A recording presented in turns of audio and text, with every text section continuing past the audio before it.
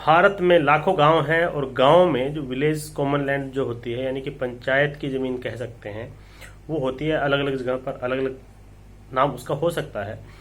हरियाणा में उसको पंचायती जमीन कहते हैं और बहुत से लोग ऐसे होते हैं जो उस कॉमन लैंड जो है यानी कि जो साझा जमीन है या पंचायत की जमीन है उस पर वो कब्जा कर लेते हैं। फिर लोग उसको छेड़ते नहीं है, तो ऐसे फिर क्या होता है कि एक समय के बाद सरकार की तरफ से कोई ना कोई पॉलिसी आती है और उसको रेगुलराइज कर दिया जाता है।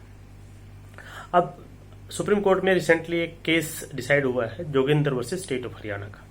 इसमें ऐसा ही मामला था कि जोगिंदर ने जो है पंचायती जमीन पर कब्जा कर लिया था। सन 2000 में हरियाणा सरकार ने एक पॉलिसी बनाई कि जिनके पास 200 स्क्वायर यार्ड तक की जमीन है, पंचायती जमीन जो कि नॉन कल्टीवेबल है और 200 स्क्वायर यार्ड तक की उसकी मतलब साइज हो उसका, और 2000 से पहले तक का उसका कब्जा हो, एक कट ऑफ डेट दी गई, तो ऐसे जो प्लॉट हैं या ऐसी जो जमीन है उसको रेगुलराइज किया जा सकता है।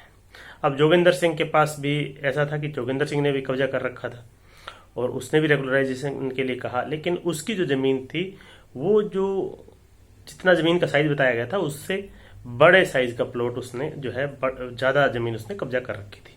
तो अथॉरिटी में जब उसने अपना पक्ष रखा तो अथॉरिटी ने उसको कहा कि आप उस रेगुलराइजेशन के स्कीम में नहीं आते।